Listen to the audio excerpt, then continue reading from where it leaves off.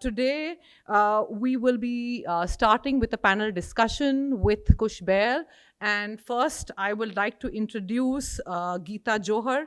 Gita is the Mayor Feldberg Professor of Business at Columbia Business School. She is the Director of India Business Initiative.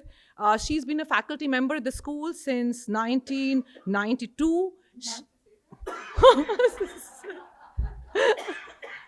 And she was also the former chair of Columbia Global's Mumbai Center for a number of years. And I will now ask Gita to come on the stage. Thank you so much, Rachna. And welcome, everyone. It's really great to see all of you here at this Columbia Business School and Columbia Global Center event. As Rachna said, I've been at Columbia Business School for over 3 decades, and Kush and I were just both reflecting on the fact that he too has been at McKinsey for over 3 decades. So we are both, let's put it as very seasoned in our respective roles. And I'm very happy to really have Kush here today with us to talk about digital ecosystems. So as you see on the screen, the topic of today's symposium is Reimagining Digital Ecosystems, Building Connections at Scale. And I often bring MBA students to India, and we talk about innovation in India. And a lot of the focus falls on digital innovations, the digital stack, and everything that's happening in India in that space. And one of the questions we always hear from students is, okay, so what's going to happen with AI and what's going to happen in India? I had the pleasure of also hosting Rahul Kanodia, who's here to talk about that topic in Columbia Business School. So the whole idea of digital and India is something I think that people at Columbia are very interested and excited about. So I'm myself very curious to hear from the panelists today. Let me start by introducing Kushe Bahl, who's a partner at McKinsey India, and he heads the India digital practice. He has a very long and illustrious bio, so I will read selectively from it and really highlight some things that really stood out to me. One thing I think that really stands out from Kushe's bio is that he's worked across many geographies, many different countries, and in many different industries. I mean, that's the nature of consulting practice, but he is really awe-inspiring in that respect because he's supported clients in the Middle East, Africa, Southeast Asia, Latin America, and Europe in building their digital platforms. And he's worked across sectors like financial services, automotive, telecommunications, and logistics industries.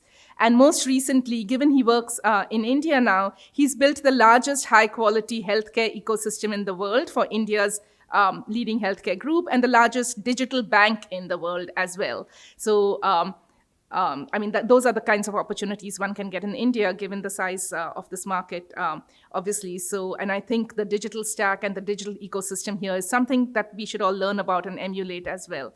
So, Kush is going to be talking to us specifically on this topic of reimagining the digital ecosystems. But very specifically, let me read out his title, which is How Open and Decentralized Technology Ecosystems Can Drive Innovation, Inclusion, and Industry-Wide Transformation. And given his deep expertise and his current role, I'm sure this will be a really illuminating keynote address. So thank you so much, Kush, for joining us today.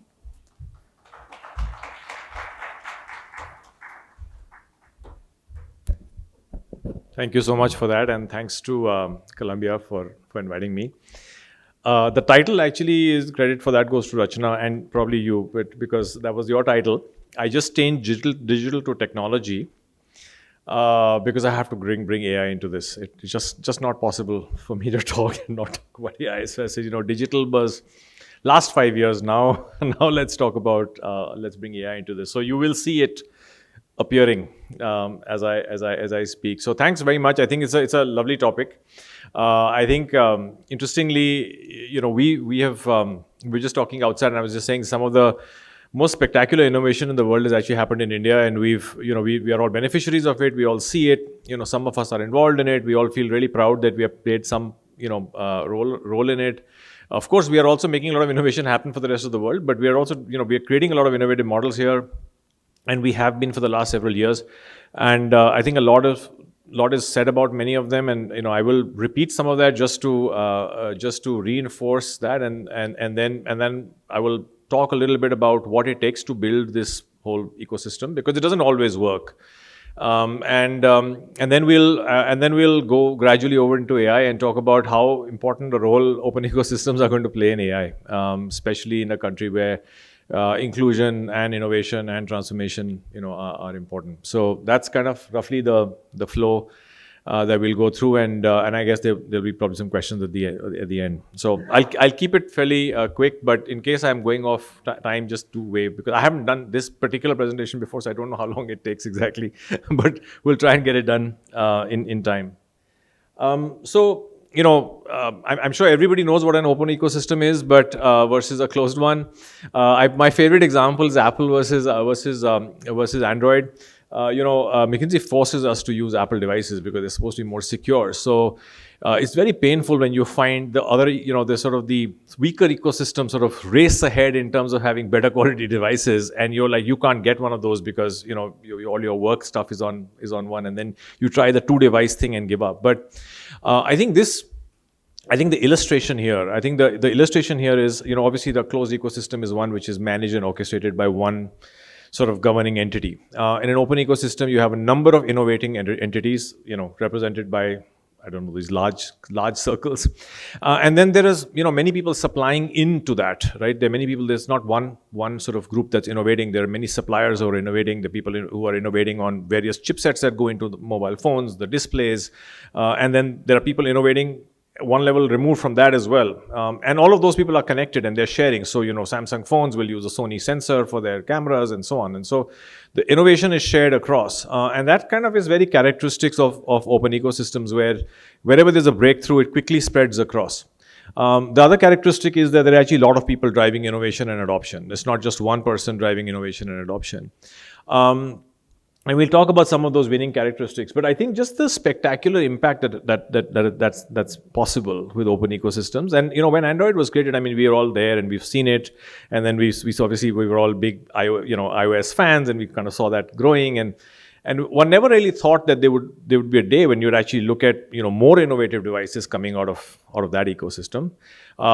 We knew that they would be hitting price points which would be hard to beat, and that they would innovate. But the fact that they got the price point down to the level which has driven inclusion and affordability across a country like this, where today you can buy a new phone for 4,000 rupees, but you can buy a second-hand phone for 1,500 rupees, smartphone, and it works. It's pretty good. It works, and you see most people, if you walk around anywhere, most people are enjoying it for some form of entertainment, education, work, etc.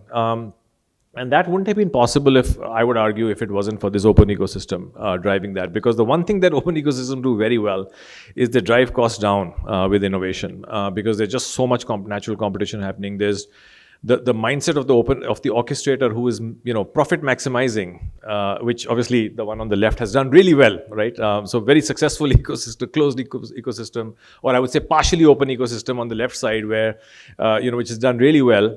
But what you can't beat the open ecosystem on is being able to drive costs down to a level where it really becomes affordable to a whole different segment of population. Enabling new business models. There are a lot of people running app companies which make Android apps and have created all kinds of businesses based on that. A lot enabled by Android. Look at the developer ecosystem. Of course, we have that on both the sides. But I would argue that this number in terms of developer ecosystem on the Apple side would be actually much less if it weren't for the Android innovation, in Android ecosystem, because there are a lot of people who sort of develop for both platforms. And then, of course, and now getting to a point where they are actually able to bring things like foldable phones or this intelligence, right? A year ahead, 2 years ahead sometimes of the controlled ecosystem. So that, really getting better at sort of the raw tech and raw innovation. And that, I think, is something that none of us expected. Our favorite Indian examples, there are many. I've just taken payments and lending. Payments has to be there because it's what a spectacular global success that is. But digital lending is not talked about so much, but it is really a huge success story as well. That's on the left side, and this is projected to keep going. So these hockey sticks, are sort of going to keep going up because the penetration is quite low. But the question, and the question we ask ourselves is how did this happen? And if you look at it, it's a classic open ecosystem example that sort of made it happen. So there's certain infrastructure created by the government. So, there's DPI created, there's obviously that's very foundational. It provides connectivity layer and it provides some basic level of automation, right? So that's, that kind of is what that does. And then there are a bunch of B2B innovators who say, okay, there are interesting consumer opportunities coming. We will create the connectors which connect the DPI to people who want to use it and provide services for consumers, because the people who are going to provide services for consumers are not the people who are natural owners of this innovation and may get scared and stuck when they are trying to create this. So, like the companies like the Razorpays and the Perfioses of the world, which have created so much of the services, infra, and applications that are required to actually connect to the public stack. So that's an important part of the innovation. And then, of course, there are the people who own the consumer, or own the beneficiary, let's say, of the innovation. And the good thing is that there are lots of people driving the adoption. One of the most important things that we all know about innovation is you put anything innovative out there, people may love it, but frankly, driving adoption is a nightmare of a challenge. So if you have 5 companies driving adoption, like you did in the case of Android phones, it's always better than one company trying to drive it. So you have every bank in the country, a lot of NBFCs, a bunch of the startup B2C companies driving adoption of these offerings. You find that people will find new innovative ways to crack in, and that adoption challenge is not one to be underestimated. So multiple people driving adoption is a big reason for the success of open ecosystem. Sounds very obvious, but it is an important one. The second is this multi-layered collaborative innovation. And this is something which doesn't happen automatically. It's happened in some cases, it's not happened in other cases, right? Where maybe it could have happened, or maybe it'll just take longer to happen. And this is where the people who are actually driving the innovation facing the beneficiary are also encouraging and trying and experimenting with the folks in the middle, the B2B innovators, and to actually help them build their businesses so that you actually have these layers, and recognizing fully that when you create these companies in between, or you help these guys come up, they are going to serve your competitors as well. Right? Being able to create them and encourage them, knowing fully well that they will take exactly the stack that they're offering you or the services they're offering you and take it to a competitor, but it's okay because we are jointly growing the pie, is a very forward-thinking attitude for a company, and is not something which large companies are particularly good at, which is why a lot of the initial innovation over here is created actually by small startups. Right? And that is a vital role that startups played, because large companies, automatically the first question you get and I only work with large companies to create new innovative things, but the first question they will ask is, how do I own it and control it and make sure nobody else can get benefit from that, right? And that is the exact opposite of the mindset that's needed for actually driving ecosystem innovation. And why this is important is because when I talk about the dream, which is coming later, a lot of that actually does need to be driven by large companies, I believe, which is sort of the AI open ecosystems. And there, if we take the same mindset that we are used to, which is that we will control and limit the innovation, I don't want another layer coming, who's going to then take that and give it to somebody else. If we take that mindset, then the dream won't happen. Because I think, unfortunately, in the age of AI, we don't have enough time for the innovative AI startups to sort of, drive the whole wave like digital startups did in the case of the digital revolution. But we'll come to that in a moment. New business models, of course, there are new business models here. There are all the app-driven businesses where you don't, you're lending, but you're not a bank, right? So that's kind of businesses are new business models. All the people who are making software, this new business models, and so on. There are many, obviously. There are many people who are providing services at various levels of operational or technical contribution. And then governance and evangelism. And this is very important not to forget, right? There is a Google there, which is governing the practices. There is someone there who is providing some of the do's and don'ts, the common frameworks, the protocols, etc., and also evangelizing it. And I think, and again in India, obviously, we've seen examples of this with DPI as well, where there's a governance being provided by the institutions that the government has set up, and there is some stewardship and evangelism also happening, and they're sort of driving that growth. And I think that's another important component of it, without which these things can actually lose their way and then blow up, right? So we need that as well. We don't like it always, but we need it because that's an essential part of making an ecosystem grow.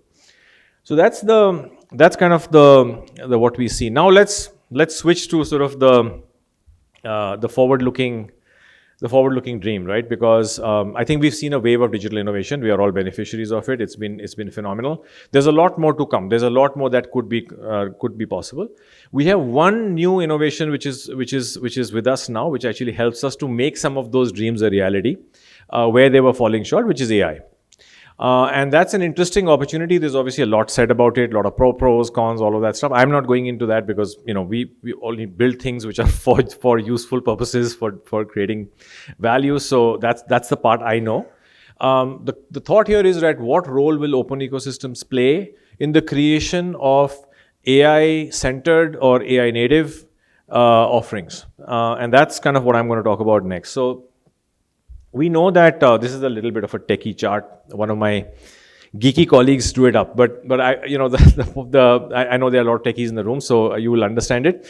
But the fact is that there are 4 or 5 important components of driving any AI transformation.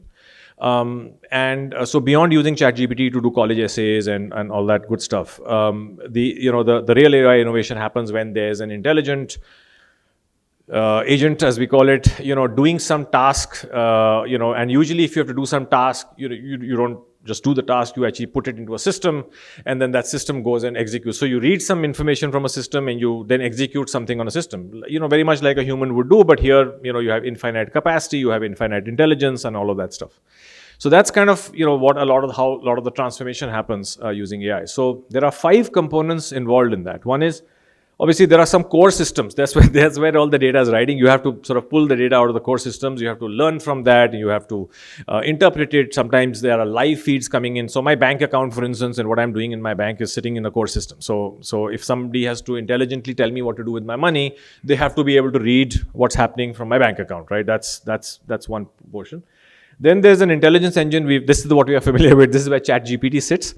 There are two parts here. One is this language models, which sort of interpret what people are saying and put it, and allow us to talk to AI and use intelligent language to actually communicate with the intelligence.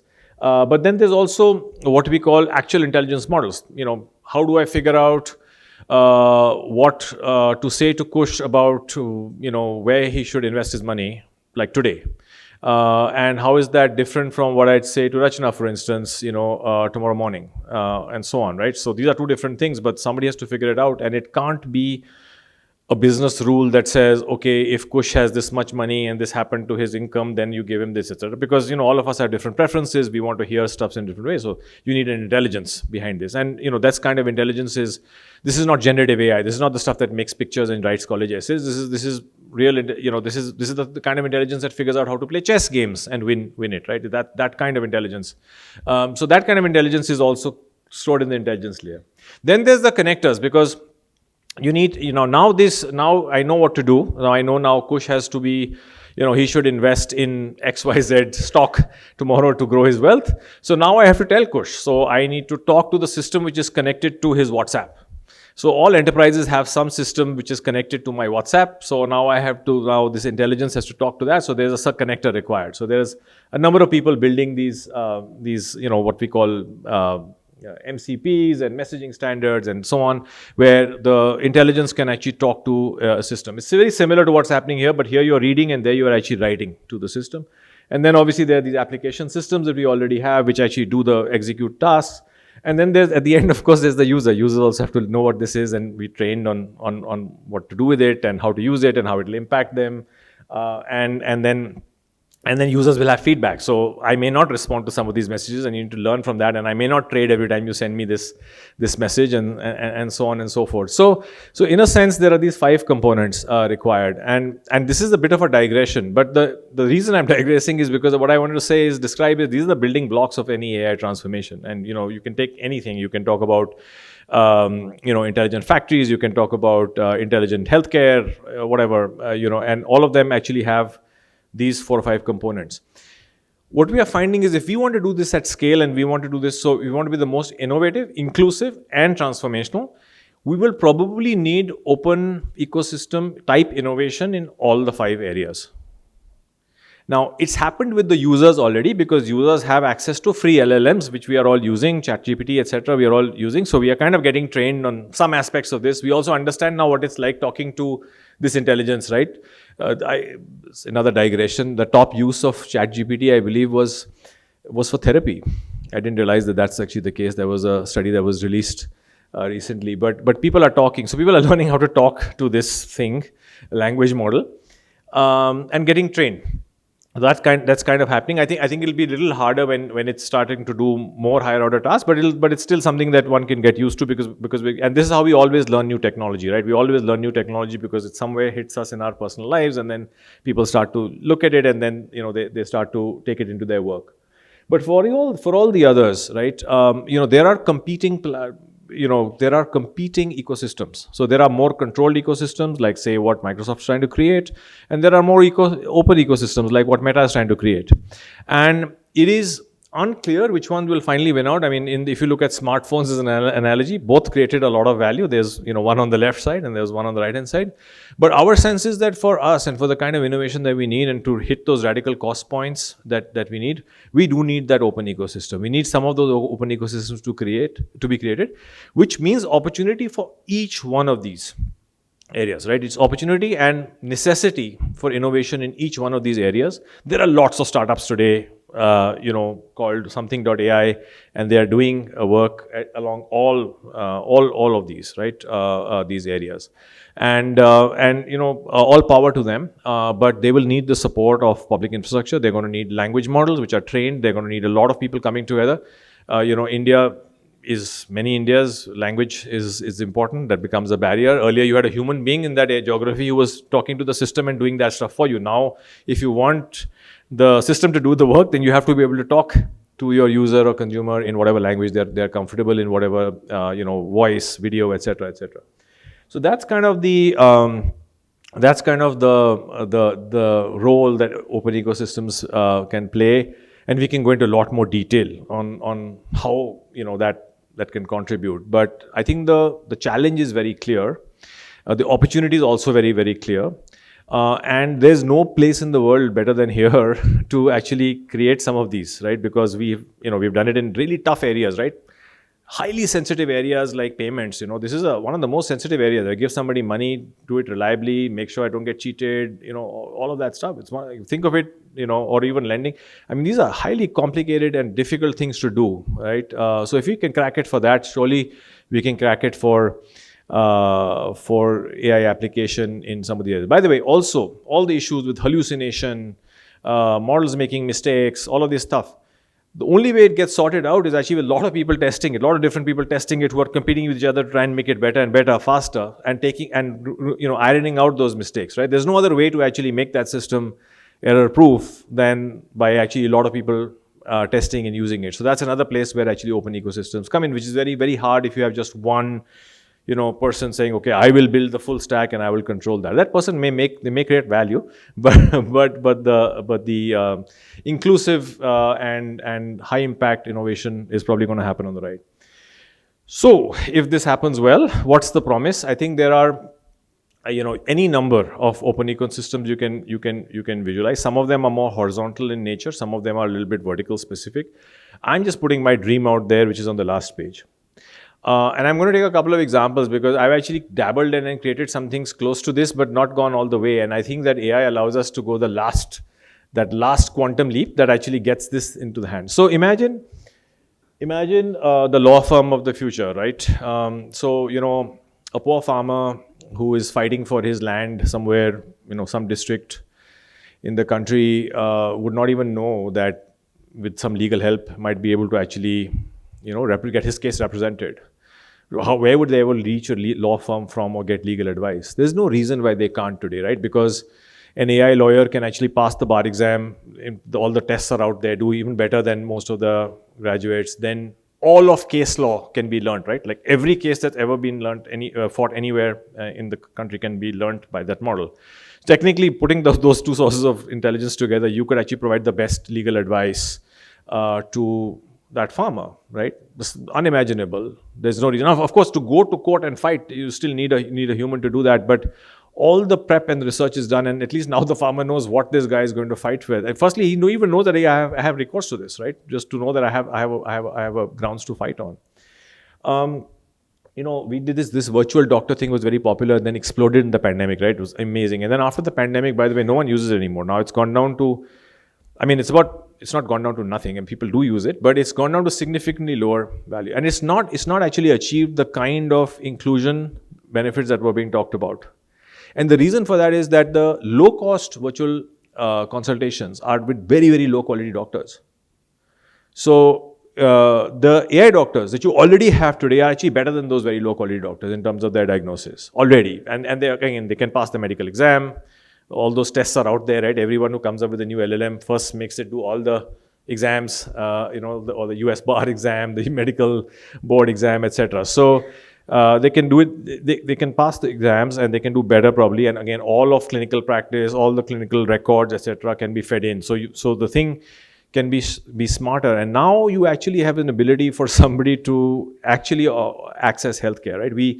We did one leap. We reached a certain place with virtual healthcare, but now you can go all the way. You can really go all the way, and you get that price point of I think it was 300 rupees or something a consult, or a free consult, frankly, and you get a really high quality doctor doing that in human form, by the way, on virtual, right? And you have a perfectly good consult. By the way, the other thing that I don't know if many of you are aware, the models are obviously in many cases more empathetic than humans. I don't know if you read. So we have a model which it's a great example. It's a model selling insurance, and it'll call you up and it'll be like मैं whatever XYZ company से बात कर रही हूँ, and I would like to talk to you about this. And then if the customer happens to say like I'm driving or something, no problem. Would you like to stop on the side and talk, or should I call back later? Right? This is honestly, it is not something which a lot of humans display. Doctors certainly not.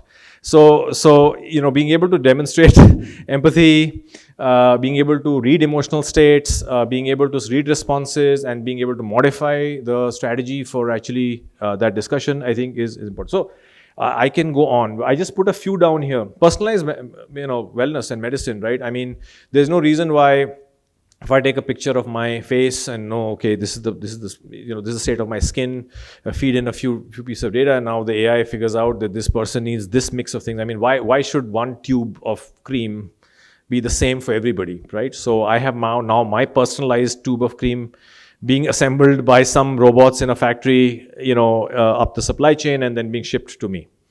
No reason why it can't happen. The technology is already there today, and I have now my personalized tube of face cream or whatever, right? So, we can push this to its limits. And I think, to me, I've just put a few things out here, and I'm using this term AI native very carefully, because this, we had these digital natives. And this was the term given to Uber and Amazon and so on. They were the digital natives who were born. They were disrupting industries. Now we don't have these AI natives in most of our industries. They will come, but today at the starting point we have large companies are there as well. They are the same starting point. Startups are there at the same starting point. These can get created. They can get created by anyone, right? There is no reason why they can't get created. It will of course require risk. There will be lots of people who will say no. And so forth. And but these models are actually out there for people to create. They are possible with the current tech that we have. They require obviously those leaders, the white circle and the blue circle. They require people to take the lead and drive the charge. Many of which in the digital world were startups, but here could be startups or larger companies or public sector companies for that matter. Like we talked about the largest digital bank in the world. That's SBI YONO. So that's that's created by public sector companies. There's no reason why it can be created by anybody. We obviously have lots of efforts happening on the DPI side now, going to the AI infrastructure and common local language model, etc. So that supportive environment is there. That plus the leaders of the innovation, plus all the people in between that we talked about, the 5 categories of innovation. Of innovators that are required is probably what's required to create any one of these, and happy to talk about any of them. These are concepts that we are obviously trying to develop and trying to figure out how transformational they can be. But so that's where I wanted to leave you off. I feel that open ecosystems are critical for creating these and for driving innovation, and required probably more than ever because we don't have that kind of 10, 15 year window to do innovation like we did with digital. Thank you.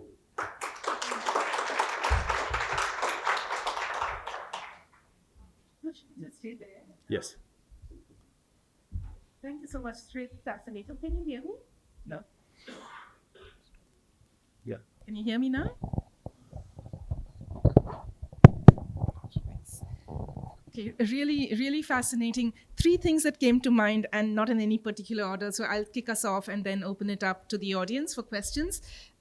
So one of the questions I had is, as you were talking about the, AI native business models, it got me thinking. We have students here who are, starting at Columbia Business School this fall, and from their perspective, what is the landscape going to look like for jobs of the future? Are these like jobs that are going to be more technical in nature? If it's building these ecosystems for your own profession of consulting, for example, what does that AI native, what's that going to do for those types of jobs? That would be one question. And I know our students have been asking these questions. The second question, and maybe I'll leave it at 2, has to do with the potential downsides of massive employment of AI, including for the requirements of electricity, for example, and what are the implications of these power requirements going forward, and how can we make this sustainable? So one is on the jobs front and the other is on the climate front. And yeah. Can I choose not to answer the second one? Okay. Okay. So I think on the first one, I think every past technology disruption has shown us that there are only more jobs that get created. I just had that slide. I don't say, but I had the slide with the 5 categories of innovators. Those are all jobs, right? Those are all new jobs. They don't exist today, but they are all getting created. So to me, consulting apart, we'll talk about consulting in a moment. That's a more sobering story. But for tech-led innovation, I think that there's a lot of opportunities. These are going to be different, right? Somebody will come in their dorm room, reimagine one of those things or something even better, and start to create it using. Then they're going to need a whole lot of things that they're going to have to pull in. Maybe in the beginning they'll do some jugaad, as we call it, and pull it together and start off, and then there will be an ecosystem that will develop around that. So that's where the open ecosystem comes in. To me, the multiplication of opportunities that actually happens in an open ecosystem. Look at Android phones, right? How many manufacturers there are, how many suppliers there are, and so on, right? It's not tightly controlled by one company. So that is another reason actually why I think from a job perspective, people have a lot of very exciting jobs looking to it. So as you move from, so the left, there are some, deep tech jobs, and then there are some, little bit less deep tech job, but very sort of analytics-driven jobs, and then there are these deep tech jobs, and then you go to more human psychology and those kind of jobs, because we're talking about how to get users on board and so on. So I think that, to me, there's going to be an explosion of these if these things do get created, which require the supportive ecosystem. Consulting, there are a bunch of these AI native consulting firms as well that have come up. So that'll be interesting to see what happens with that. But it is one of the more naturally disruptable businesses. I don't know, is it going to go out in media or something? Be careful. I'm going to get fired. Yeah. So that was it. On the second question, I think one of the, what we are seeing right now are the most power hungry and most power inefficient deployments of AI, right? It will get better. It's not, obviously everybody's done the forecast. It's not sustainable, especially with the climate situation that we have to have that. But it is already, last year you had an order of magnitude improvement. You're again going to see an order of magnitude improvement probably this year. So they're going to get better. These are first generation. If you compare it to that, those clunky large phones that we had, which were the first precursors of the modern smartphone and so on, right? So it's a very, the order of magnitude innovation, and it's happening very, very fast. Again, thanks to the open ecosystem that's kind of taking place on its own. So overall, you're optimistic on both these fronts. Yeah, absolutely. Today, there's no reason not to be. Great. So maybe I'll open it up to the audience for questions for Kush. Do we have a mic to go around? Yeah. At the back. At the back, yeah. I think harnessing the opportunity. I think as a large organization person, I think the transition to AI for large organizations remains a challenge actually, because the AI maturity mindset is still lacking. And the biggest problem with big corporations is that they already have a set of people working for several years, reskilling and kind of finding them to do different things. And where do you think that will go? Will they all become dinosaurs in terms of extinction? Or how do large organizations kind of take advantage of it in a meaningful way? Yeah, that's a great question. I think it's something that we grapple with all the time. We're all obviously trying to go out there and do the evangelism. I think there are a lot of people in the companies themselves who are doing the evangelism. Unfortunately, there aren't those inspiring AI native models out there, right? So, who can say, listen, hey, these guys are going to disrupt you and they're going to eat your lunch, and you can, because fear works very well. With large companies, fear is a great motivator, but opportunity is less so. I don't know how it will play out. We are trying. I think there's already a lot of skepticism. I think in the US, if you read the press, I think there's a lot of skepticism already about the impact that AI can have, because people have kind of already said, well, it's the same transformation pain that you would have in any transformation. So I think it may actually be again left to the startup ecosystem to sort of make that innovation happen. So. And which is fine. I mean, they've done it before, and they will do it again. And that's why I put the personalized skincare idea, there, trying to inspire people who can do it and who've done it before. So I think that's probably what's happened. But it's a hard question. I think it's the $4 trillion question, as my colleagues have estimated, right? Where will that come from? But I think one thing we can say is that the ecosystem enablers are still going to be required for that to happen, right?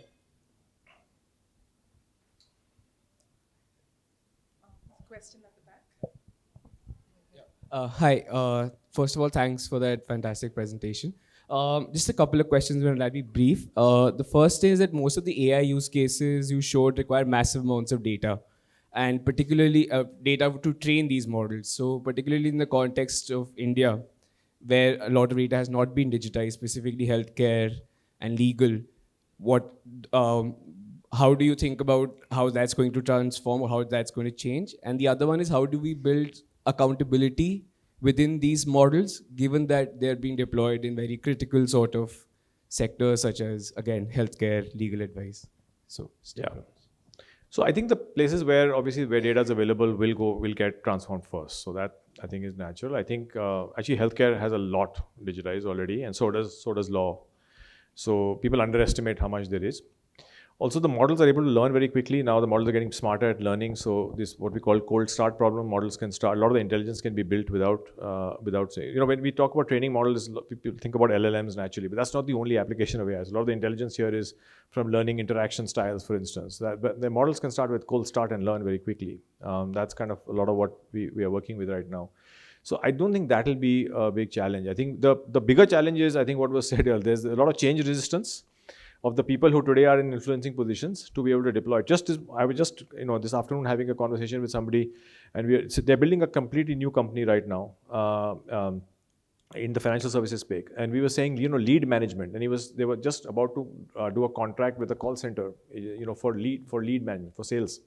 So I said, but why would you have a call center for sales? Don't you want to just use AI lead management? He said, completely replacing. I said, yeah.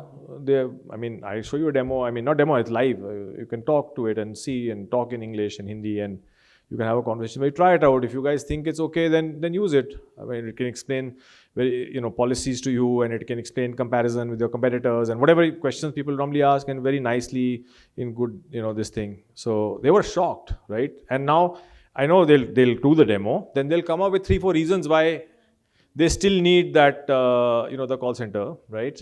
And also this is the kind of stuff that happens. So this is what we have to fight against. But then, there will be some AI native insurer which will build it, and then will do all of this stuff, without it. And then they will look at it and say, why is my cost structure so much higher? And so on. So that's how it'll probably go down if I were to be skeptical. But if I were to be optimistic, I would say, no, maybe some people will actually create those things. We have time for a couple of last questions. Thanks for the presentation. A couple of questions. First one is, when you talked about AI, do you do coding yourself? Yeah, I used to do a lot of coding back in college. I took it up again like a few years ago, but now I don't because you don't need to, right? So in terms of AI transformation, where will the networking and the coding side of the AI, which will have more opportunities going ahead? Networking or coding? Because all the AI is built somewhere, Yeah. but it needs network to connect to the data and everything. Yeah. So basically the question what I'm coming to is, what are the pain points of an AI company? Yeah, no, that's a good question, and I think this is where again this is why I put all the 5 pieces down there, and said you need all the 5, and there's the connectivity layer which you solved, the automation layer, right? There at the automation layer which companies have deployed, you have various stages of maturity. In some places very easy to talk to, some places very difficult to talk to, and that actually increases the complexity of doing some of these AI deployments a lot, and that's actually where the biggest pain points are. Why can't something be switched on immediately, and why does it take 6 weeks of integration time, right? Is what we are grappling with. But those connectors are getting better and better. The how-to of the connectors are getting better and better. At least wherever there's a standard system there where you bought from a common vendor, people are building those connectors and saying, okay, let's make it easy for other people to integrate. Even in the GitHub and those repositories, now you see there are a lot of pieces of standard code for creating those APIs and connects. So I think this problem will get solved. It got solved in digital in a kludgy way. Okay, it wasn't great, but now that work has been done. So today, if I have to run an intelligent system on top of say a lead management system which has already been created by a company, it's easier to do than it was before they deployed the automation, the marketing automation, right? So it should be faster. But still going ahead, which are those places where nobody will be able to move your cheese?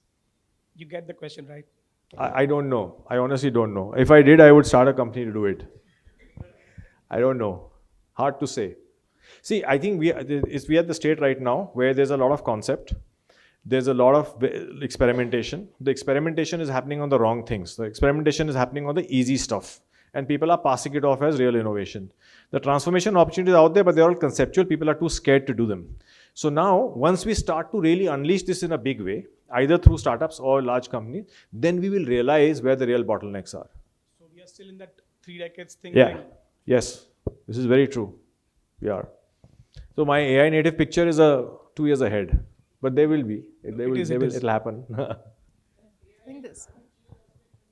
I think we should move on to the next question. Thank you so much. This lady at the back. Yes, that AI and climate change aspect has not been answered. I did answer that question. Actually, I was just saying that, of course, it's hard to take a definitive view on this because we don't know how both the technologies are evolving. But what we do know is right now the AI deployments are the most power hungry that they will ever be. They're only going to get better and better. So, and we are seeing an order of magnitude improvement happening every year. But we are also, of course, seeing more than an order of magnitude consumption. So it's a little bit hard to say where we end up in that picture, right? Because the two innovations are sort of countering each other. But in general, when these kinds of things have happened, people have figured out smart solutions and figured out ways to solve it. Because the current path, if you look at the sheer extrapolation, it's unsustainable. Okay. I think we have time for one last question. Hello. Hi. So I lead an education-based not-for-profit where we work a lot in the Northeast. And there in government schools itself, digital in itself is a very far-fetched thing that they're building. And AI is very new to the point where I can see some teachers who are thinking how to make my lesson plan using GPT. But so one is how can we do the catch-up faster with AI in places to reach the last mile? That's one. 2 is the education policy, and the government has recently said that they're going to put AI as part of the curriculum now.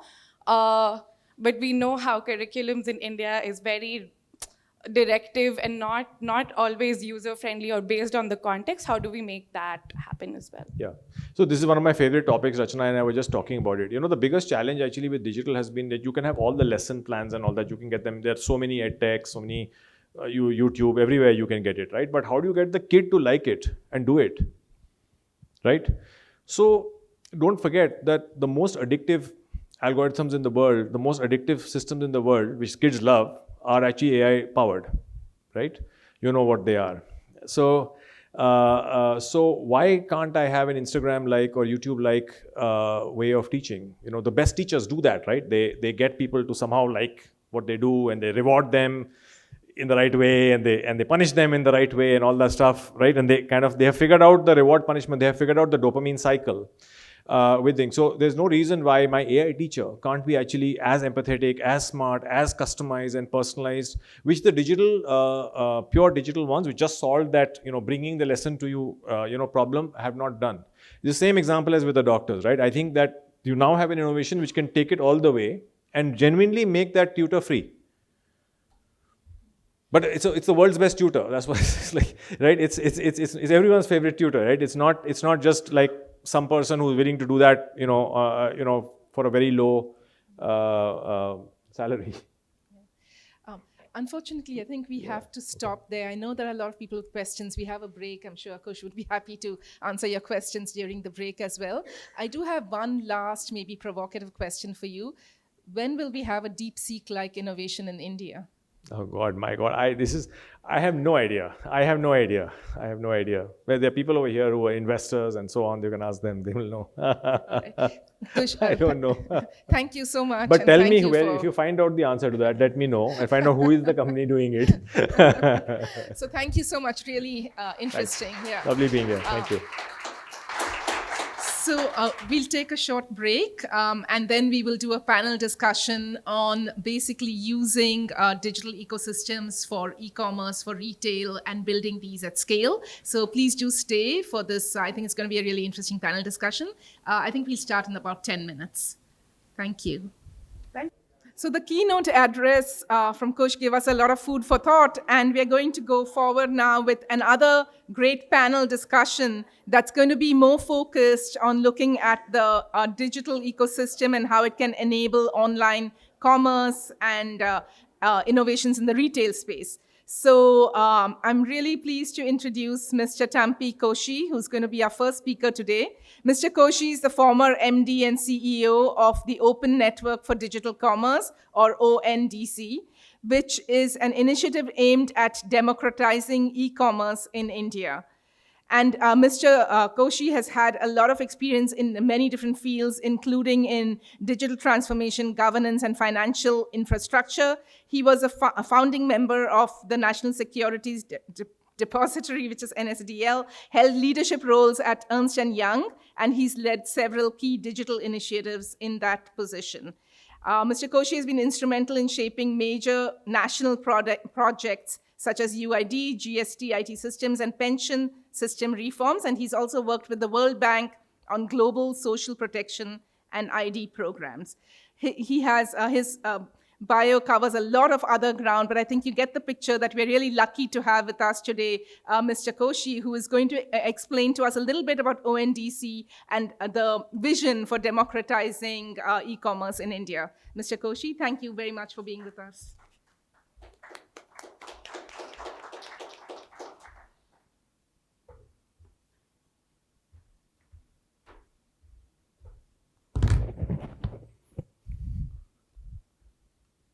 Good evening, and thank you for giving me an opportunity to be here today and do some evangelization of the idea of open network for digital commerce. And thanks, Kush, that you've done a fantastic job of explaining what is open. So, I mean, that made my life very, very easy. And so I can go specifically, this is my...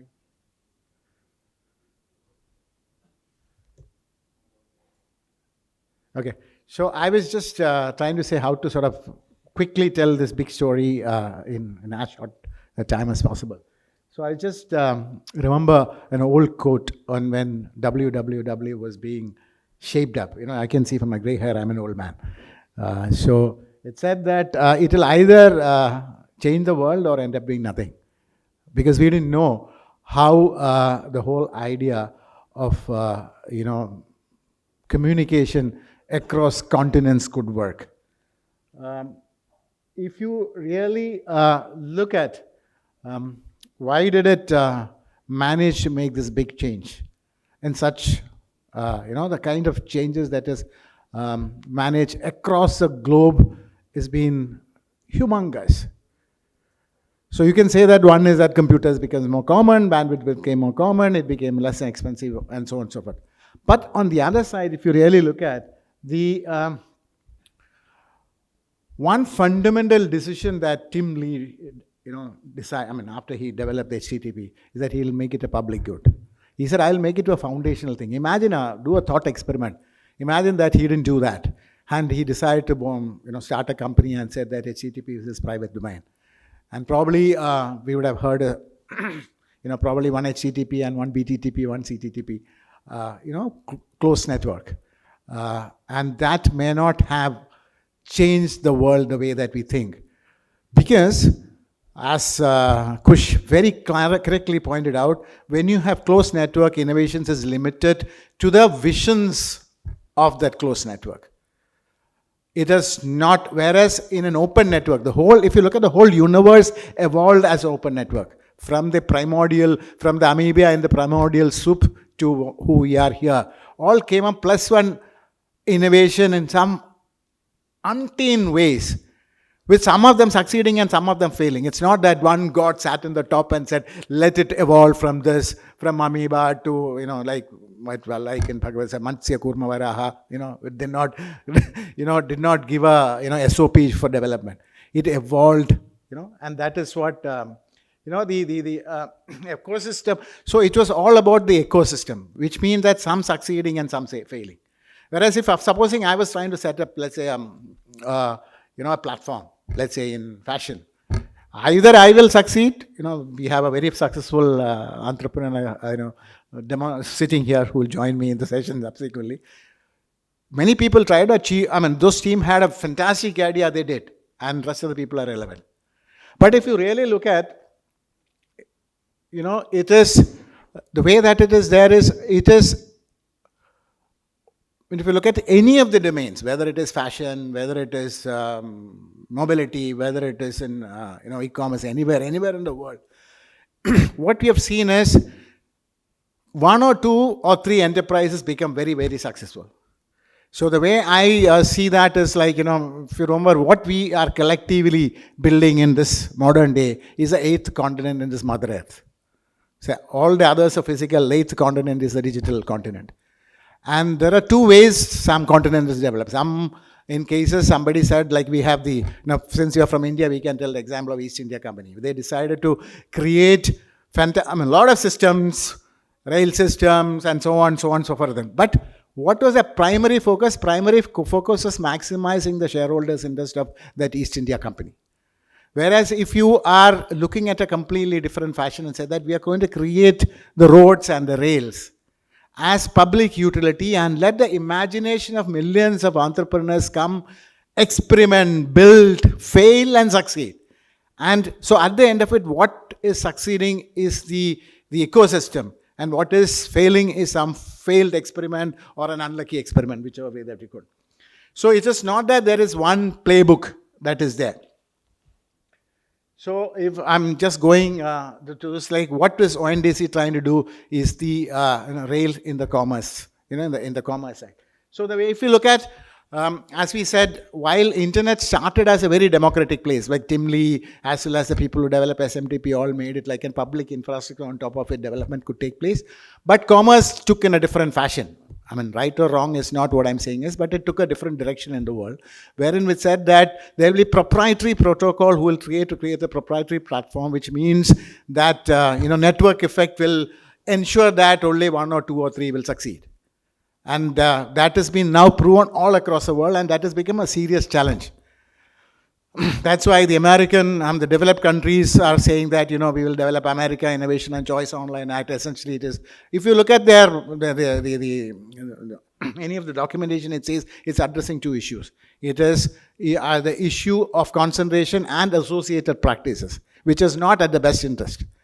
And if you also look at, the Europeans are saying Digital Market Access Act, same issue. If you look at the reading material for both, it's the same. Market concentration and associated practices.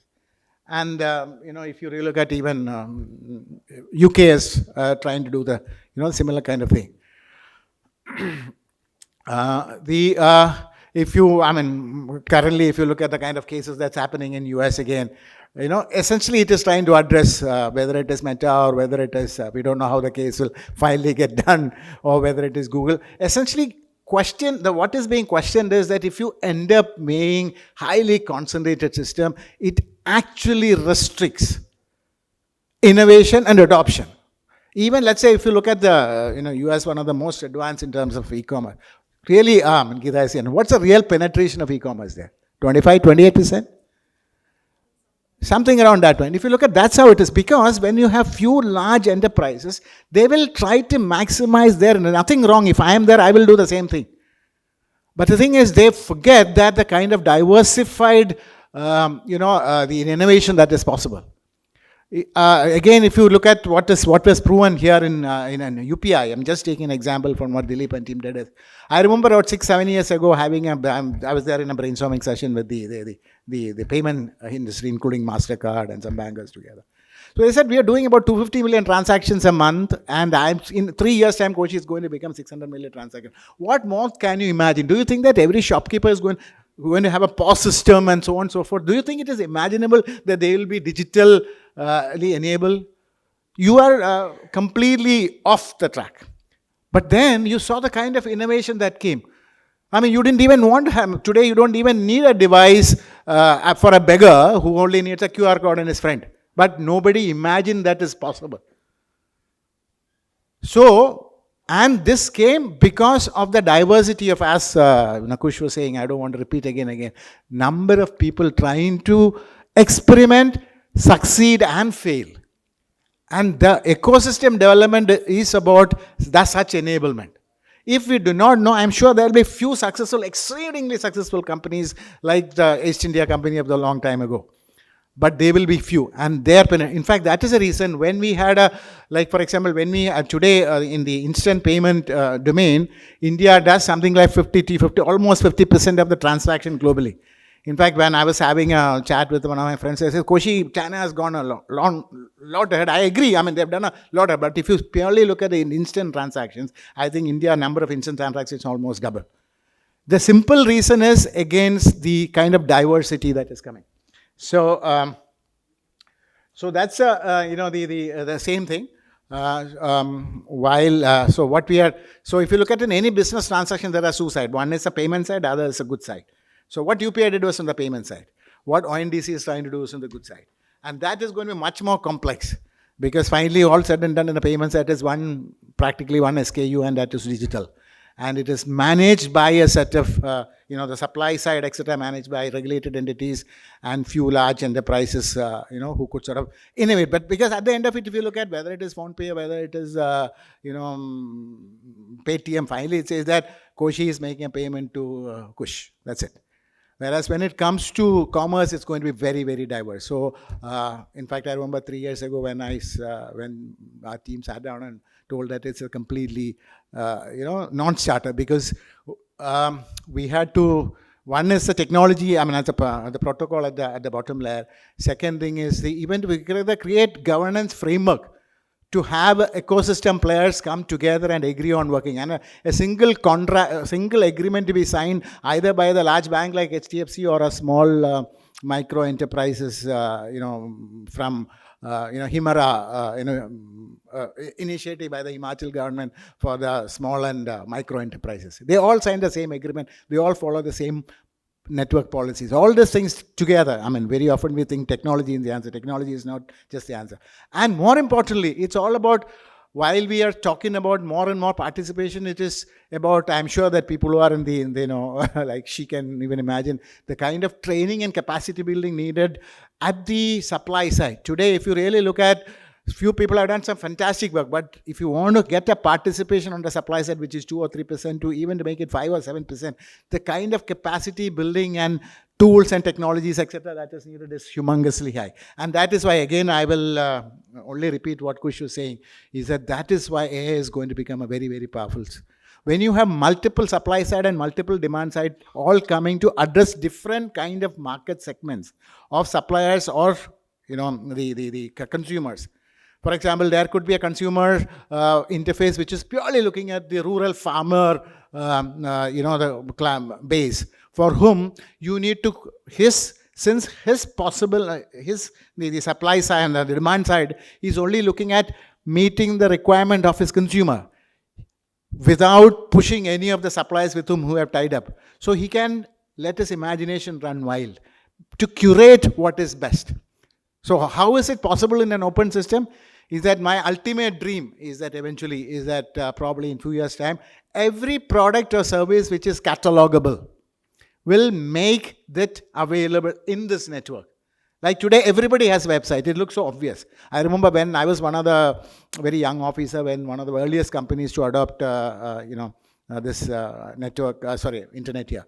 So that time for creating something like 20 pages, I paid 7.5 lakh rupees. Today that my probably in the primary school kid would do this. And all this is possible because of the, what we're talking about, let me just run. We could rather have an interactive session. So what we are trying to do is to unlock the potential of the entire ecosystem. Like I said, on the supply side, I believe that everybody will make it visible. And on the demand side, different kind of buying interfaces. It could be a gaming company will come and say, I want the people who are gaming to buy pizza and, Coca-Cola while he's playing the game from within his, gaming interaction. And he should also press the device that he's playing with to make a buy instead of trying to go to another website, another, stuff that is going. And when he wants to say that, probably somebody would even imagine, say that, to win, to have his luck, let me also do press a button and make a donation to a temple. The beauty of this is that the interface can curate for the kind of clients, the kind of products with the kind of SLA. And that is the kind of imagination that I'm expecting. So I will only say, because we are too early, everybody will be excited to show the big graph only after hit the rough. Now we are still at the early stages. In 3 years' time, we moved from 1,000 transactions a month to 17 million transactions a month. But it's still, compared to everybody else, it's still small. So I will only say that it will change the world or amount to nothing. But I'm sure that it will change the world. Thank you.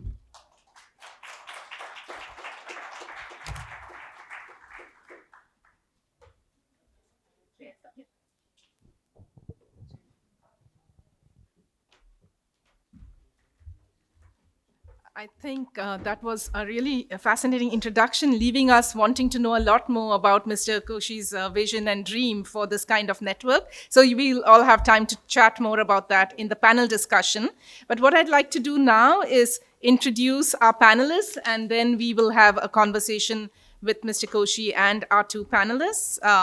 And you will all have opportunities to ask questions. So let me start with our first panelist, who is Naiyya Saggi. Naiyya is a distinguished entrepreneur known for her contributions to the digital commerce landscape. She founded BabyChakra in 2015, a platform dedicated to providing trusted information and resources for new and expecting parents. This platform gained a lot of recognition from global tech leaders because of this innovative community-building approach to parenting support.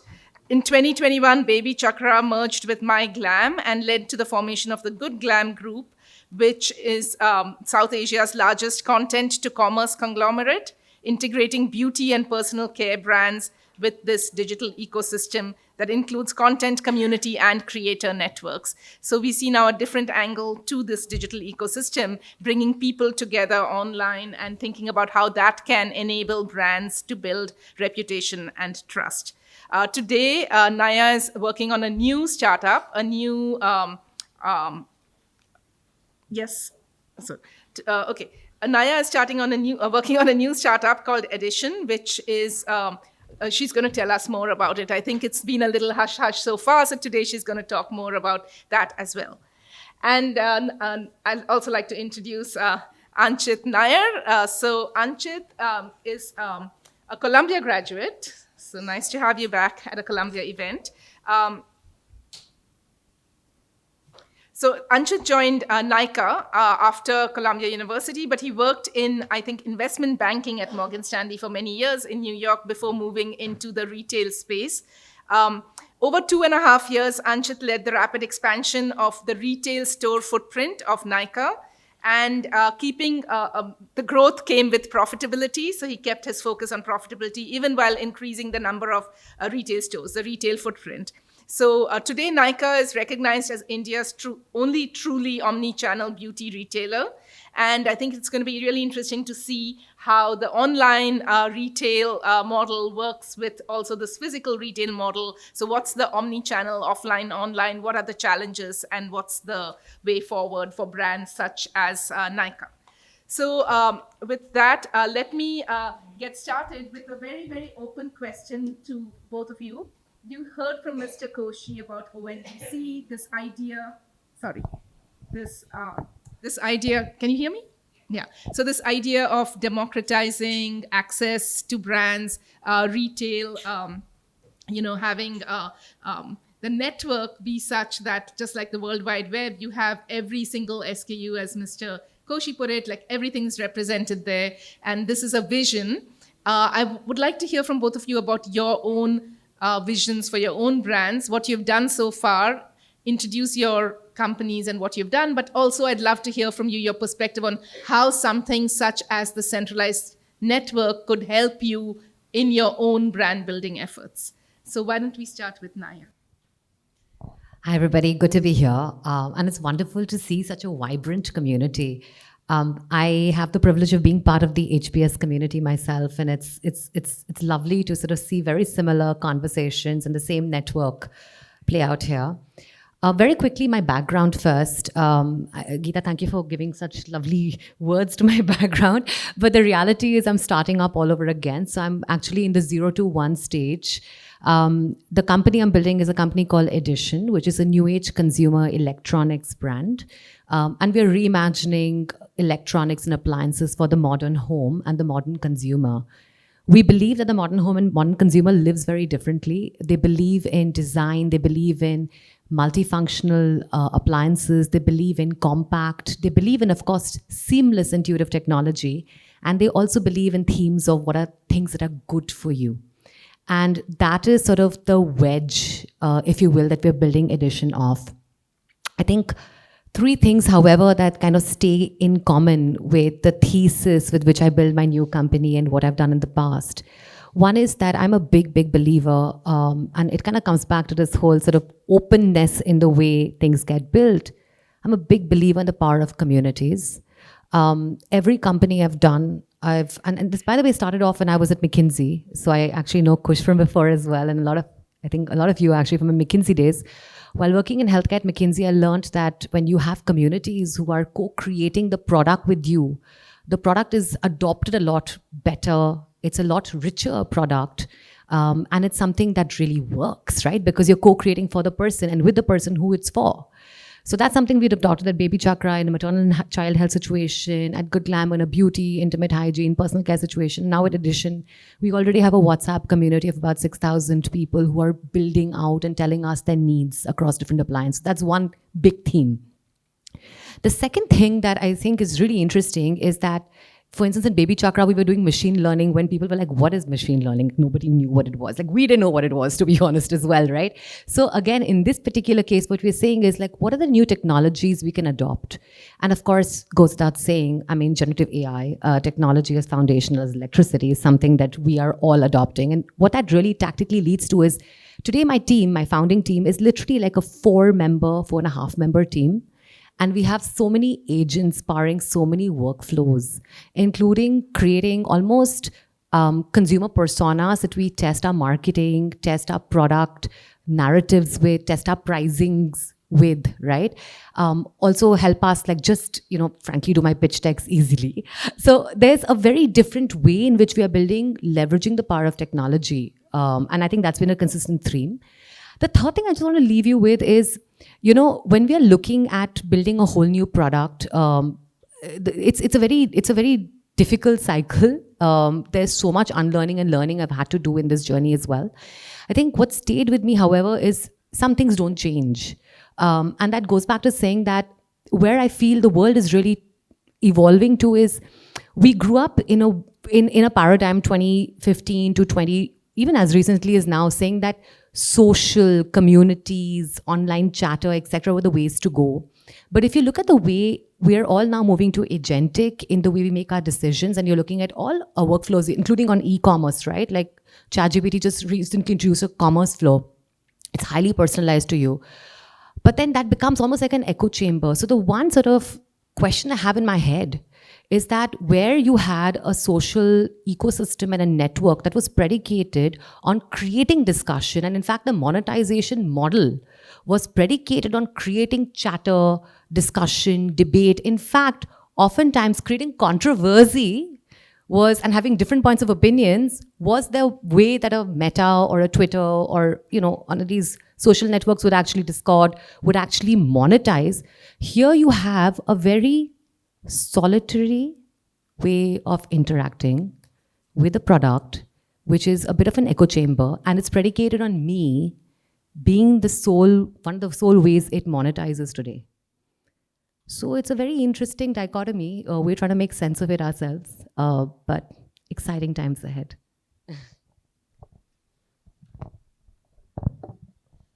Okay, great. Thank you very much for the introduction, and thank you for Columbia having me at this event. I am a Columbia alumni and a very proud one, so I'm here today, and I assume some of you are as well, so it'd be good to meet you after this.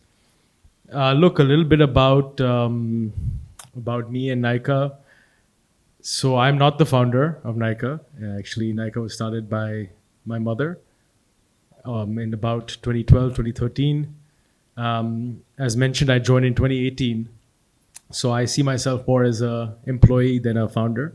But no, I think it's been a great journey. And I don't know how many of you have ever shopped on Nykaa. I hope most of you in this room, and if not, soon.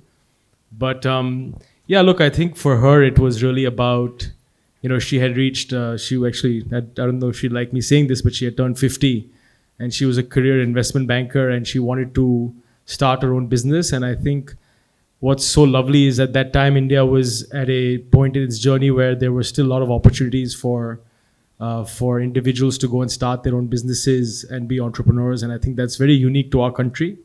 And I think that's still the case and will continue to be so. So she was very fortunate to get a chance to start her business in 2013.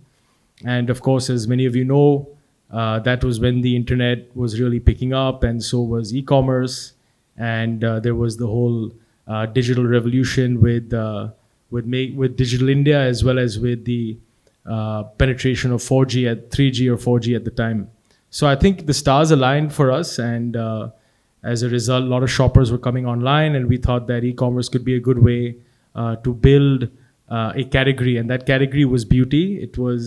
Now it may seem like a more penetrated category, but at the time in India, the category was very small, and we thought that why should Indian women not be as passionate about this category as other markets? And the reason was just availability, awareness, and affordability. And I think affordability, of course, is getting solved with the rising income levels across households, and we saw that in 2013 as well, that this was the trend that was occurring. So we just thought if we can solve availability and awareness, then things will fall in place, and this could be a very exciting opportunity. So that was the thought process, and we said, why not create a platform where we do both awareness and availability. So similar to BabyChakra, we also focused heavily on using content as a way to drive education and awareness, that we thought would be ultimately the way to create sustainable demand. And we also went around the world to bring great brands into the country. But I think equally importantly, we also created a platform that allowed for what we call the democratization of beauty, which really allowed for young entrepreneurs to start their own brands in India and to sell it on a platform. Because before Nykaa, if you wanted to sell your brand in India, you had to build very wide distribution, especially offline. And that was very expensive. So this really brought down the barriers to entry, and we saw today, thousands of young entrepreneurs have started their own brands that sell on our platform. So we really democratize access to beauty in the country. And, it's great for the, something like 3,000 brands on our platform, most of which are local homegrown brands. They themselves are large employers, and they work with vendors and suppliers. So I think we've created a very unique ecosystem around us. And I think it's benefited a lot of people. But most importantly, I think also is that we've brought this category closer to the consumer. We've also managed to give consumer the power of choice. And that's what we continue to do. And in a way, to your question on ONDC, I think in a way ONDC is doing something very similar, even though it's a different model. But what it's doing, it's really democratizing access. So, I think platforms like ours, which are Indian owned and managed and born, homegrown, we probably did phase one of democratizing access and driving penetration. And I think ONDC has a similar role to play, obviously from a different angle. But ultimately, I think the goal is the same, which is, can we really give consumers choice? Can we give sellers choice and a slightly more even playing field? And I think that's what we also tried to do in the early days. Thank you. Thank you both. I think that was a nice analogy you made about both Nykaa as well as ONDC really democratizing access. Maybe, Mr. Koshy, you could comment on how either Nykaa or BabyChakra or the other brands like that Naiyya has talked about, how would they benefit, in your opinion, from access that's offered by ONDC? What can they imagine or think about for the future, given what ONDC is trying to bring about? Anchit, could you pass the mic, please? Thank you. I mean, this is a question that established players are trying to figure out. I mean, the way I will look at this, so ONDC is in a very early stages, and established players will feel comfortable at where they are and how they're proceeding. But as I said, in future, is that we will believe that it will become a common network, and I think it will become possible. It means the suppliers who are there in any platform. It's not that the idea of ONDC is not in competition with anything. It's an enabler. So any suppliers who are there in any of the platform will be able to access a large cross-section of consumers coming from different buying applications. Okay, the way they could curate. I'm just giving you two examples like which I referred. For example, a gaming company, if they want to offer, their young smart kids who are sitting and playing, how to also change, their looks. If I take an example, like the model that is there in the game. There are suppliers there. They don't have, if they want to make it available, they will have to go and tie up with each other. That is not their capability. To curate those sellers is not their capability. There'll be few enterprises like she will curate it 100 times better than, let's say, Nazara. I'm just using the name, a gaming company. Okay. But whereas once that is there, imagine, me as a, guy sitting there, let me press a button and I have the access. So it is all about enhancing this market. So that becomes eminently possible. It is, like I said, it is not easy to imagine. Like when you said, if I again take the old example, when you started the internet, it was a whole, HTML was about forgetting sequential writing of document. It was saying that we'll put them all together, let the reader decide how we want to do. It was completely unimaginable. But today it is so obvious. The same fashion, like you would see the consumer interfaces will come and say, let me help my consumer. My loyalty is to the consumer. So I'll be able to, without being biased, I'll be able to do. So those kind of changes will. Thank you. I think what I'd like to do is open it up for questions to anyone on the panel. So please raise your hand and you'll get a mic if you have questions.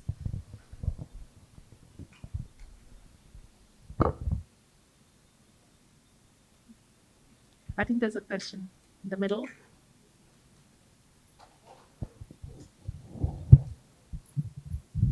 Yeah, hi Anchit. So for Nykaa, you mentioned that I think it's a well-known brand, but then you also spoke about that it's like a marketplace, what you have created. At least pardon if this is what is my understanding. And this is, even though this is not something my sweet spot, but then is it like a Amazon type of model, or what level of differentiator does it create? If you want to compare it with Flipkart, Amazon, and Nykaa, because you said that it's a marketplace. So what is the differentiator it has? Yeah, that's a good question. And hopefully Nykaa will be a sweet spot for you soon. We are actually what you call, without getting too technical, we are a 1P model, unlike Amazon and Flipkart, which are true marketplaces. What that means is that they just connect buyers and sellers, and they even allow resellers and different models, and they don't take any inventory risk. So they don't hold, they don't buy, the inventory from the brands that they are selling onto the consumers. In fact, as of now, in this country, they're not allowed to because they are not Indian-owned and managed companies. They're foreign entities. However, Nykaa is an Indian-owned and managed company, which means we are allowed to take inventory risk. So we actually buy the inventory from authorized brands that we sell onto the consumer.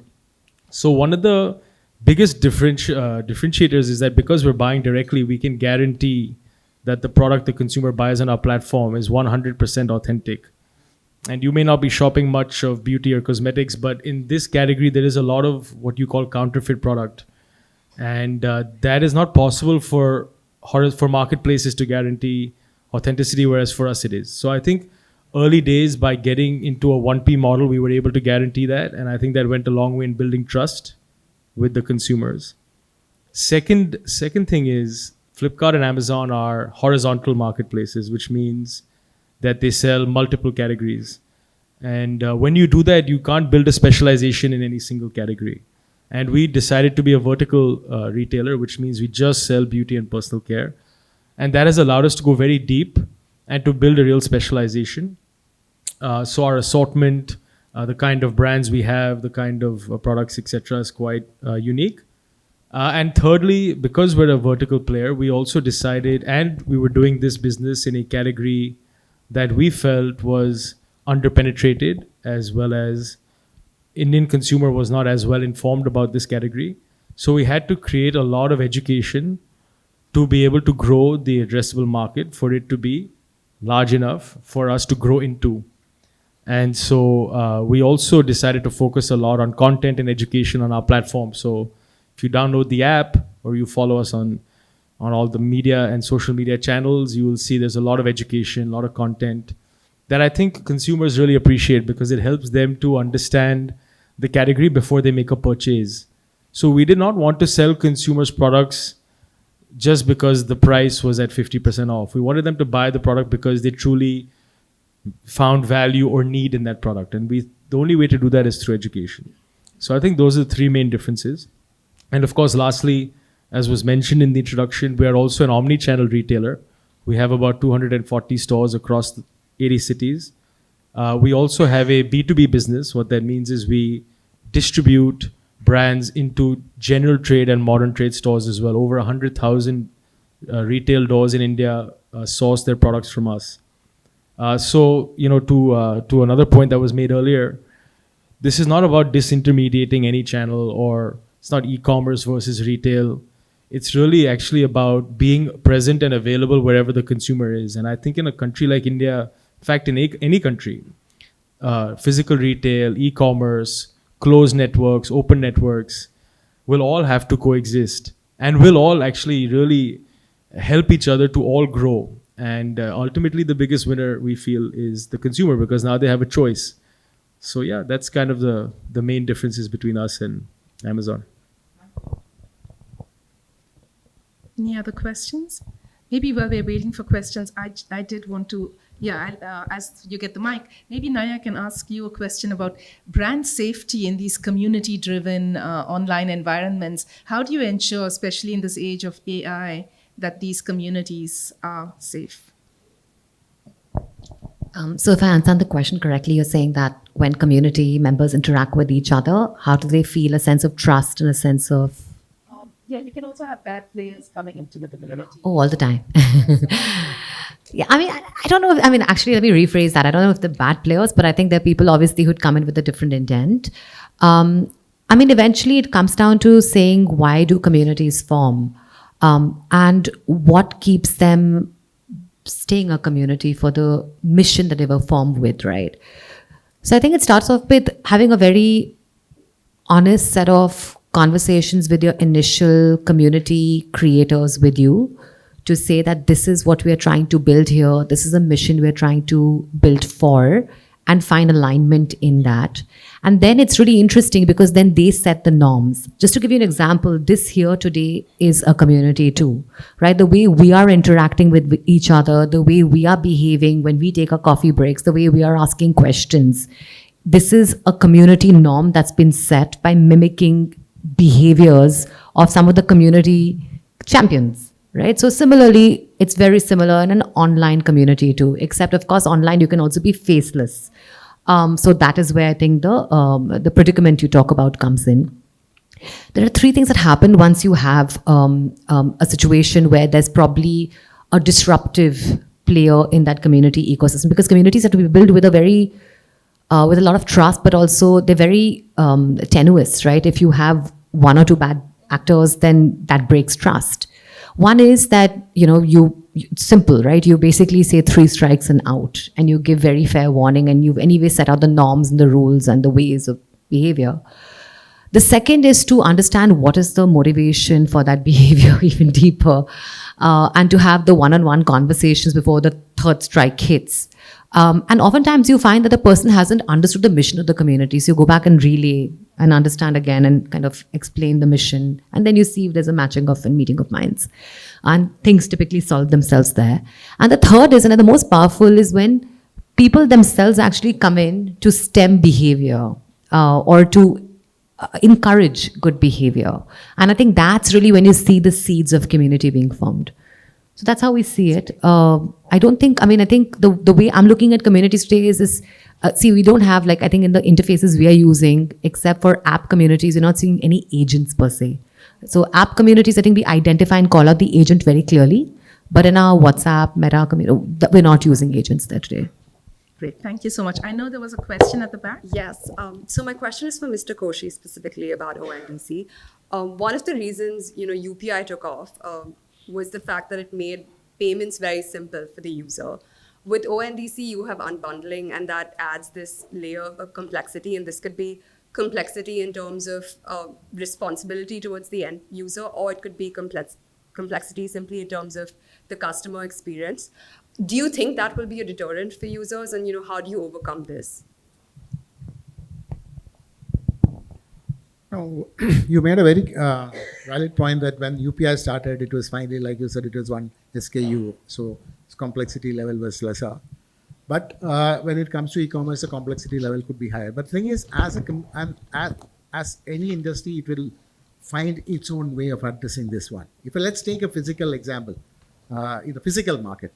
Let's say you have the Phoenix Mall here and you have the other market there. Okay. If you go there, I've been in Bombay, so I go to both the sides. I have certain expectation when I go to Phoenix Mall because I expect them to curate in certain fashion. And when I go to the other market, I expect something else to be created. I'm the same customer. So what has happened is the physical systems around the world found ways of identifying this. And in digital, it is much easier. The kind of, eventually you would see these kind of very easy symbols or tags getting attached to products, service providers, and their reputation across the network, not just within one community. So when and that is where the innovation will come.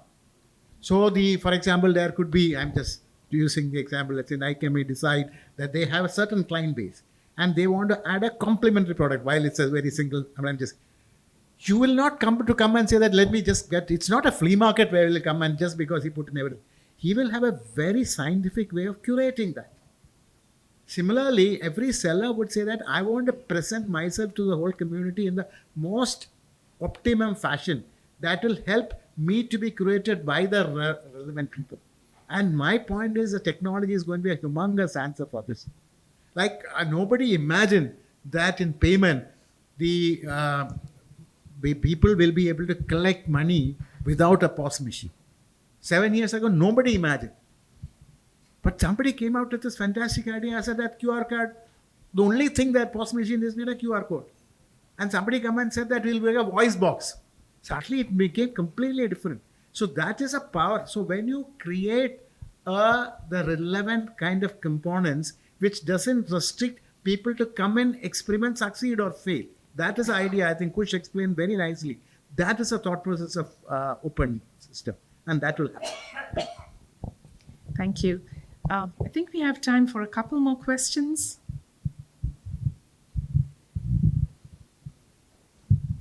This side, yeah. I think you just take the mic. A couple of questions. I'm so far from these industries. I went to teachers college 12, 15 years ago, and I run a nonprofit for autism and inclusion out of Mumbai's low-income schools, and I'm a writer, and I write fiction and poetry. So it's far from the AI world, but also heavily influenced by it because we're victims of the open AI market where everybody is trying to do everything, which is so not specialized in specialized fields like ours. So I have a couple of questions, which one is for you, Naiyya, and then it's for both of you.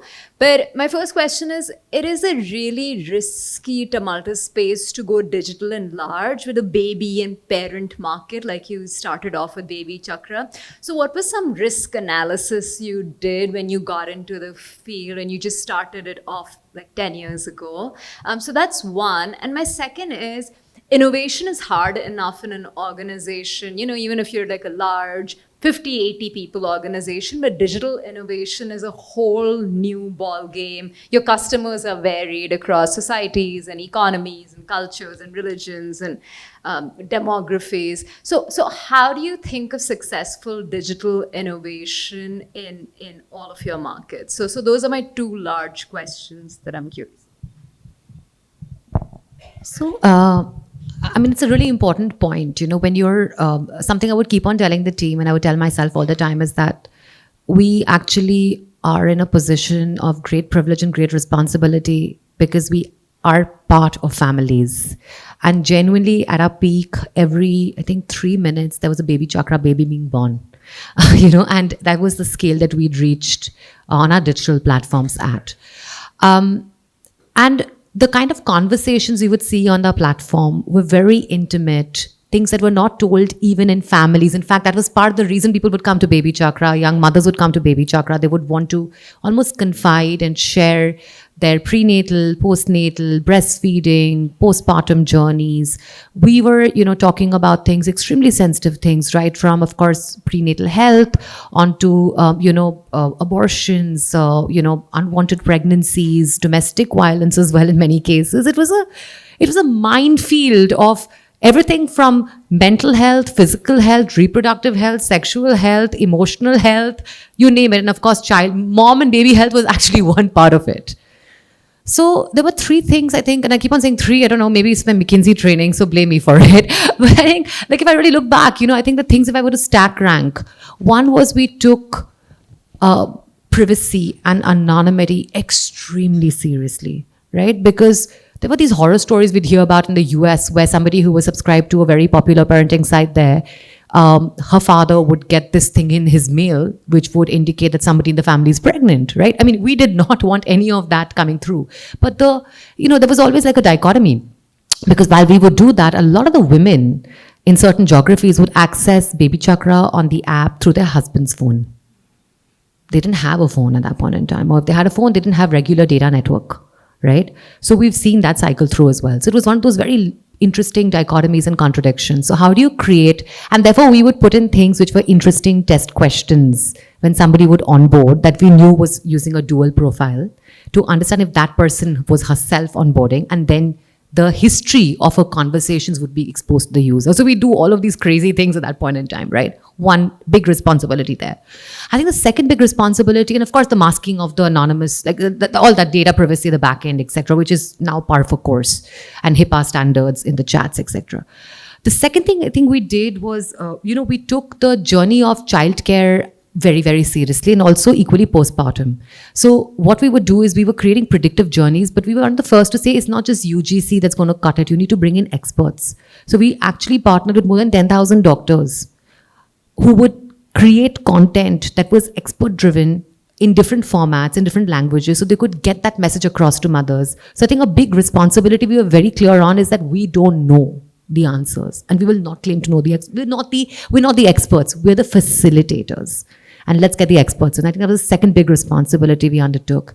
I think the third big responsibility we undertook was that, parenting is all about these responsibilities. Can we have fun in the process? And therefore, in that whole journey, it was a journey of joy we tried to create with the mothers. Because there's so much like judgment, and there's so much like back chatter, ki aap doodh nahi pila rahe, aap mote ho gaye ho. Like there's so much judgment. Can we just take a step back and tell the mother, we are your friend, and let's have fun in this community? And I think that responsibility then unlocked so much more trust in when we fulfill that responsibility of creating joy, right? It unlocked so much more trust in the mother's life. And that made her open up a lot more to us. And I think that really drove, even today, I've exited BabyChakra last year. It was, I think I built it, honestly, not as a business, bluntly, unfortunately. I built it more out of passion and mission.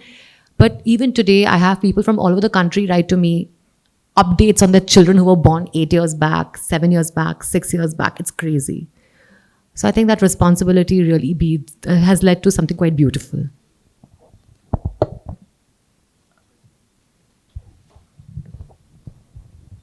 So your question was on digital innovation. Yeah, look, I mean, we are a consumer tech company, so digital innovation is very, very important. And things are changing very rapidly. When we started in 2012, 2013, it was a very different environment, and every year or every 2 years, there is so much happening that it's just important for all of us to be very on top of what are those trends, what are the new capabilities that are being developed. So yeah, it's part of our DNA now. You also have to have a point of view on everything that's trending in a way. A few years ago, it was this whole Web 3.0. I don't know if you were aware of that. That was also really talked about. Ultimately, I don't think it seems to have made much progress in our sphere of consumer retail. But today, I mean, the big thing is now AI, and I think those use cases are quite substantial, and both on the back end in terms of driving automation and delivering better efficiency at scale, but even I think on the front end in terms of the consumer experience. So we see a lot of opportunity for us to be able to personalize things like our recommendations to you using AI. Just one of the many use cases, personalize the content we show you, personalize the results in terms of the products. So this feels very real, of course, and I don't know if today there was a discussion around AI, but it seems everywhere I go there's a discussion on AI these days. So yeah, I'm also very lucky to have a fantastic team of engineers and product developers who are on top of all of this. So you sometimes just listen to the experts, and that's kind of what we do. So yeah, I think the world is changing very rapidly, and if you don't adopt, if you don't adapt, if you don't hire bright young in talent and invest in technology, then you can quickly be disintermediated. So my job is just to make sure that I'm keeping my eyes and ears open and learning as much as I can, and also enabling my teams to be able to test and take risks, because it's only when you take risks are you able to actually make progress. So yeah, that's kind of what we do. Let me quickly make some points from an open network point of view. She explained very nicely how keenly she look at her clients and try to get them exactly the right product or the right service, and how to educate them. Anybody who's setting up a platform, whether it is a marketplace or a inventory platform, will have to think about that from the consumer side. Important. But they also have a big challenge to go and find out those suppliers who meet those filters. So it sort of put extra pressure. Whereas it also put extra limitation, because you are not able to see all those wide variety of people available in our country. Probably there are 10 more good guys who might be meeting directly. Imagine, that is the beauty of an open network for unbundling. Anybody who's a producer, I'm just taking the extreme, not to make a point, you say that this is how I want to present myself to this digital continent, the best way that is possible. And then when somebody who's specializing in meeting the expectation of their clients will say that these are my curation, I will curate, my job is to curate. Now my job is not to do a deal with him, but to curate the best thing for my client, whether it is using technology and all of them. And on the supply side will come and let me make my presence relevant, so that he will curate and she will curate what I say, because she doesn't know me, I don't know, otherwise I can't reach across.